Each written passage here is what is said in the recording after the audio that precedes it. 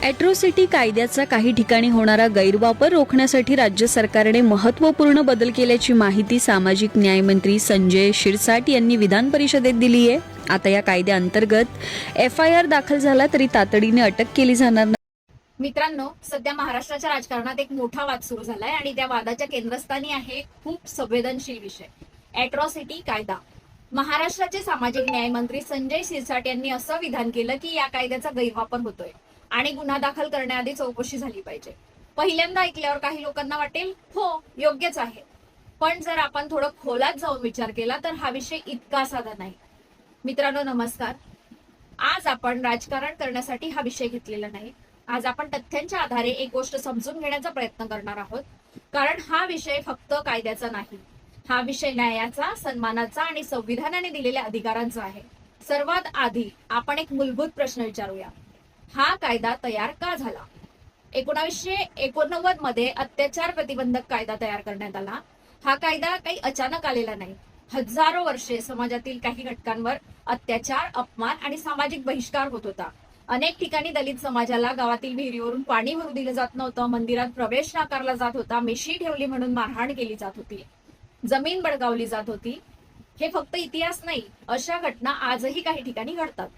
म्हणूनच हा कायदा तयार करण्यात आला, जेणेकरून वंचित समाजाला कायद्याचं मजबूत संरक्षण मिळू शकेल। आता येऊया त्या मुद्द्यावर जो सध्या सर्वात जास्त चर्चेत आहे। संजय शिरसाट म्हणतात की या कायद्याचा गैरवापर होतो, पण एक साधा प्रश्न आहे, जगात असा एकही कायदा आहे का ज्याचा गैरवापर होत नाही? कायद्याचा गैरवापर होऊ शकतो, पण त्यामुळे कायदा कमजोर करायचा का? जर आपण प्रत्येक कायदा गैरवापरामुळे बदलायला लागलो तर मग देशातले कितीतरी कायदे बदलावे लागतील। आता आपण भावना नाही तर आकडे बघूया।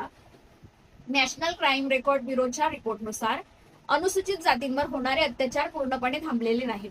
काही वर्षात तर त्या अत्याचारांच्या घटनांमध्ये वाढ झालेली दिसून येते। आणखी एक गोष्ट सांगितली जाते, या कायद्यामध्ये दोष सिद्धीचा दर कमी आहे, फक्त 20 ते 30% आहे।